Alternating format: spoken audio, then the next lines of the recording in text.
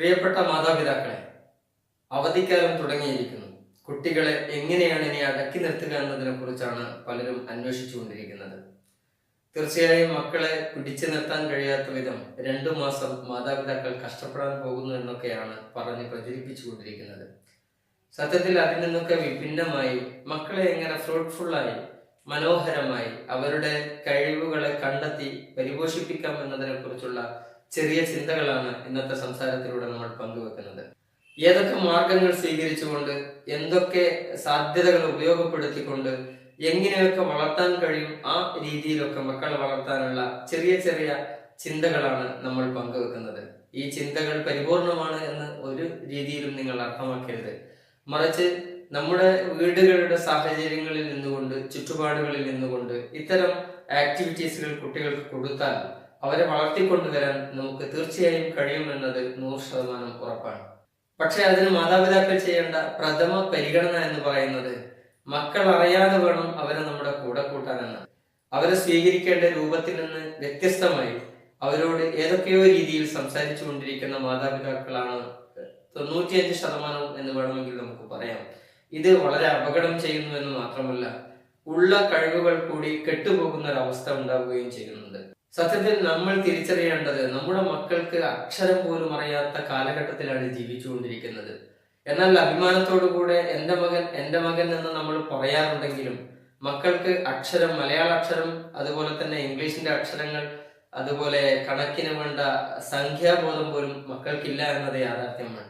പല കുട്ടികളും SSLC പരീക്ഷയുടെ ഒക്കെ ആൻസർ ഷീറ്റുകൾ കാണുമ്പോൾ നമുക്ക് മനസ്സിലാവുന്നത് അക്ഷരത്തെറ്റു കാരണം മക്കൾ പരാജയപ്പെട്ടു പോകുന്ന ഒരവസ്ഥാവിശേഷം വളരെ കൂടുതലായി നമുക്ക് കാണാൻ കഴിയുന്നുണ്ട്. വലിയ അഡ്വാൻസ്ഡ് ആണ് കുട്ടികളെന്നും മൊബൈലിൽ അവൻ പുലിയാണ് എന്നൊക്കെ പറയുമ്പോഴും അക്ഷരങ്ങൾ എഴുതുമ്പോഴാണ് ഓരോ കുട്ടിയുടെയും വ്യക്തിത്വത്തെ കുറിച്ച് നമുക്ക് മനസ്സിലാവുന്നത്. അതുകൊണ്ട് അവധിക്കാലം ആഘോഷിക്കാൻ തന്നെയുള്ളതാണ്. അത് അറിവിന്റെ ആഘോഷമാക്കി മാറ്റാനുള്ള ചില വഴികളെ കുറിച്ചാണ് നമ്മൾ ഇന്ന് ആലോചിക്കുന്നത്. താഴെ പറയുന്ന കുറച്ചു കാര്യങ്ങൾ നിങ്ങൾ നിങ്ങളുടെ വീടുകളിൽ, അതുപോലെ തന്നെ നിങ്ങൾ ഇടപെടുന്ന ഇടങ്ങളിൽ പ്രാവർത്തികമാക്കാൻ ശ്രമിച്ചാൽ വളരെ മനോഹരമായി കുട്ടികളെ ഉപയോഗപ്പെടുത്താൻ കഴിയുമെന്നതിൽ ഒരു സംശയവും വേണ്ടതില്ല. അതിൽ നമ്മൾ ഒന്നാമതായി ആലോചിക്കുന്നത് കുട്ടികൾക്ക് വീട്ടിൽ തന്നെ എന്തെങ്കിലും തരത്തിലുള്ള മത്സരങ്ങൾ സംഘടിപ്പിക്കുക എന്നാണ്. അതിന് മാതാപിതാക്കളും അച്ഛനും അമ്മയും കൂടെ ചേർന്ന് വേണം ഇത്തരം മത്സരങ്ങൾ സംഘടിപ്പിക്കാൻ. അല്ലാതെ അച്ഛനും അമ്മയും മാറി നിൽക്കുന്നു, മക്കൾ തമ്മിൽ മത്സരിക്കട്ടെ എന്ന ഒരു രീതിയല്ല നമ്മൾ ഉദ്ദേശിക്കുന്നത്. മത്സരത്തിന്റെ ഒന്നാം ഘട്ടം ഇങ്ങനെയാവാം: പരമാവധി മലയാളത്തിലെയോ ഇംഗ്ലീഷിലെയോ അല്ലെങ്കിൽ മറ്റു ഭാഷകളിലെയോ അക്ഷരങ്ങൾ എടുത്തിട്ട് ആ അക്ഷരങ്ങൾ കൊണ്ട് വാക്കുകൾ കണ്ടെത്തട്ടെ. ഒരു ദിവസം ഒരു അക്ഷരത്തിന് 5 വാക്കുകൾ വീതം അല്ലെങ്കിൽ 10 വാക്കുകൾ വീതം. പരമാവധി കണ്ടെത്തുന്നവർക്ക് എന്തെങ്കിലും സമ്മാനം കൊടുത്ത് പ്രോത്സാഹിപ്പിച്ചാൽ അതിമനോഹരമായ ഒരു മത്സരം വീട്ടകത്തിൽ തന്നെ നടക്കുകയും അത് കുട്ടിയുടെ വളർച്ചയ്ക്ക് വലിയ സ്വാധീനം ചെലുത്തുകയും ചെയ്യുമെന്നതിൽ സംശയം വേണ്ട. രണ്ടാമത്തത് പത്രക്കട്ടിങ്ങുകളുമായി ബന്ധപ്പെട്ടതാണ്. ഏതെങ്കിലും രൂപത്തിലുള്ള പത്രത്തിന്റെ, ഇംഗ്ലീഷിന്റെയോ മലയാളത്തിന്റെയോ പത്രം കട്ട് ചെയ്തു വെക്കുന്നു, എന്നിട്ട് അത് കുട്ടികളിലേക്ക് കൈമാറുന്നു. ഇത് മനോഹരമായി വായിക്കുന്നവർക്ക് ഇന്ന് വൈകുന്നേരം സമ്മാനമുണ്ടെന്ന് പ്രഖ്യാപിക്കുന്നു.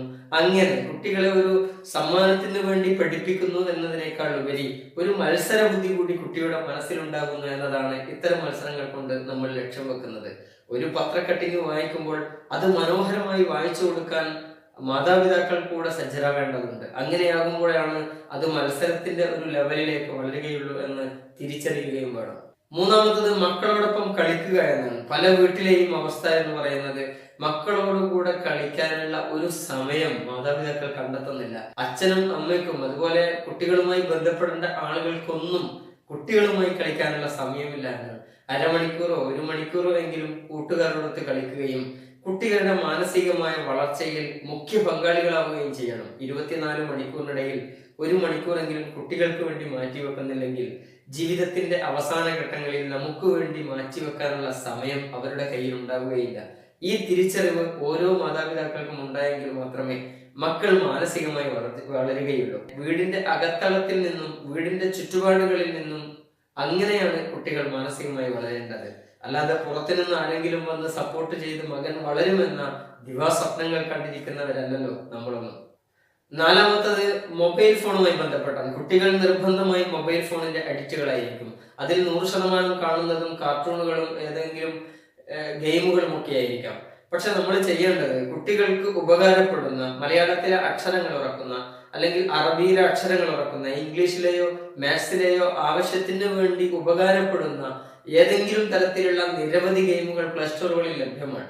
അത്തരം ഗെയിമുകൾ നമ്മുടെ മൊബൈലിലേക്ക് കൊണ്ടുവരികയും അല്ലാത്ത സമയം വേസ്റ്റ് ആക്കുന്ന ഗെയിമുകളൊക്കെയും ഒഴിവാക്കി കളയുകയും ചെയ്യുക എന്നതാണ് മൊബൈലുമായി ബന്ധപ്പെട്ട് പറയാനുള്ളത്. യൂട്യൂബ് കുട്ടികൾ കാണുന്നുവെങ്കിൽ YT കിഡ്സ് എന്ന രൂപത്തിലുള്ള യൂട്യൂബ് ചാനലുകൾ ലഭ്യമാണ്. അല്ലെങ്കിൽ ഇതുപോലത്തെ മോട്ടിവേഷൻ ടോക്കുകളൊക്കെ കുട്ടികളും ഒന്നിച്ചിരുന്ന് കാണുകയും അഭിപ്രായങ്ങൾ പറയുകയും കുട്ടികൾക്ക് ഒരു താല്പര്യം വരുത്തുകയും ചെയ്യുകയാണ് മൊബൈലുമായി ബന്ധപ്പെട്ട് പറയുമ്പോൾ പറയാനുള്ളത്. അഞ്ചാമത്തത് കുട്ടികളുമൊത്തൊരു യാത്രയാണ്. ചെറിയ ബഡ്ജറ്റിൽ, അധികം പൈസ ചെലവാക്കിയുള്ള യാത്രയല്ല, മറിച്ച് ചെറിയ ബഡ്ജറ്റിൽ അടുത്തടുത്ത സ്ഥലങ്ങളിലേക്ക് യാത്ര പോകുന്നു. കൗതുകകരമായ കാര്യങ്ങൾ കുട്ടികൾക്ക് കാണിച്ചു കൊടുക്കുന്നു. കടലിന് തൊടാനും കടലിനോട് കൂടെ ചേരാനും കടലിൽ നനയാനുമുള്ള അവസരങ്ങൾ ഉണ്ടാക്കി കൊടുക്കുന്നു. അങ്ങനെ കുട്ടികൾക്ക് യാത്രയോട്, ഈ പ്രകൃതിയോട്, ഈ മണ്ണിനോട്, ഈ ആകാശത്തിനോട് ഒരു സ്നേഹം വളർത്തുന്ന മനോഹരമായ ഒരു അവസരം ഉണ്ടാക്കണം. അങ്ങനെ ഉണ്ടാക്കിയെങ്കിൽ അത് കുട്ടികൾ പഠിക്കുകയും മനസ്സിലാക്കുകയും വളരുകയും ചെയ്യുമെന്നതിൽ ഒരു സംശയവും വേണ്ടതില്ല. അതുകൊണ്ട് കുട്ടി അറിയേണ്ട ഈ പ്രകൃതിയെ അവർക്ക് അന്യമാക്കി കളയരുത്. ചെറിയ ചെലവിൽ ഏതൊക്കെ രൂപത്തിൽ നമുക്ക് ചെയ്യാൻ പറ്റുമോ അത്രയും രൂപത്തിൽ ചെയ്താൽ അത് അവരുടെ മാനസിക വളർച്ചയ്ക്ക് മാത്രമല്ല നമ്മുടെ ഒരു മാനസിക വികാസത്തിനും കൂടെ കാരണമാകുമെന്ന് നമ്മൾ മനസ്സിലാക്കണം. ആറാമത്തത് ധനശേഖരവുമായി ബന്ധപ്പെട്ടതാണ്. അഥവാ കുട്ടികൾ വിരുന്നുകാരായി മറ്റുള്ളവരുടെ കുടുംബക്കാരുടെ ബന്ധുക്കളുടെ വീടുകളിലൊക്കെ പോകുമ്പോൾ ലഭിക്കുന്ന നാണയത്തുട്ടുകളെ ശേഖരിക്കാനുള്ള ഒരു താല്പര്യം കുട്ടികളിൽ ജനിപ്പിക്കേണ്ടതുണ്ട്. ചെറിയ ബോക്സുകളൊക്കെ ശേഖരിച്ചു വെച്ച് അതിൽ പൈസ ശേഖരിക്കുകയും അടുത്ത സ്കൂൾ വർഷത്തിൽ ഒരു പഠനയാത്രയൊക്കെ പോകുമ്പോൾ അവന്റെ സ്വന്തം പൈസക്ക് പോകാനുള്ള ഒരു കപ്പാസിറ്റി ഉണ്ടാക്കി കൊടുക്കുകയും ഒക്കെ ചെയ്താൽ അത് കുട്ടികളിൽ ഉണ്ടാക്കുന്ന വളർച്ച വളരെ വളരെ വലിയതാണ്. ഏഴാമത്തത് വീട്ടിലെ ചെറിയ ചെറിയ പണികളിൽ പ്രത്യേകിച്ച് പെൺകുട്ടികളെ കൂടെ കൂട്ടുക എന്നാണ്.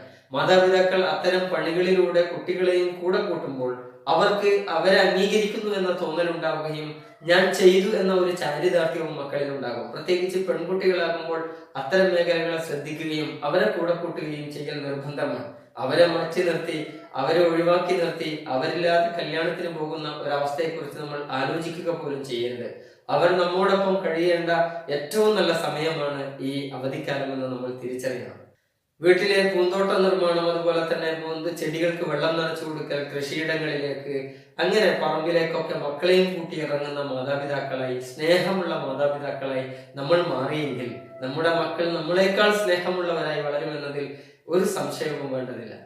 എട്ടാമത്തത് ടിവിയുമായി ബന്ധപ്പെട്ടതാണ്. ഓരോ വീട്ടിലെയും പ്രശ്നം എന്ന് പറയുന്നത് സമയം കൊന്നു തീർക്കുകയാണ്, നശിപ്പിച്ചു കളയുകയാണ്.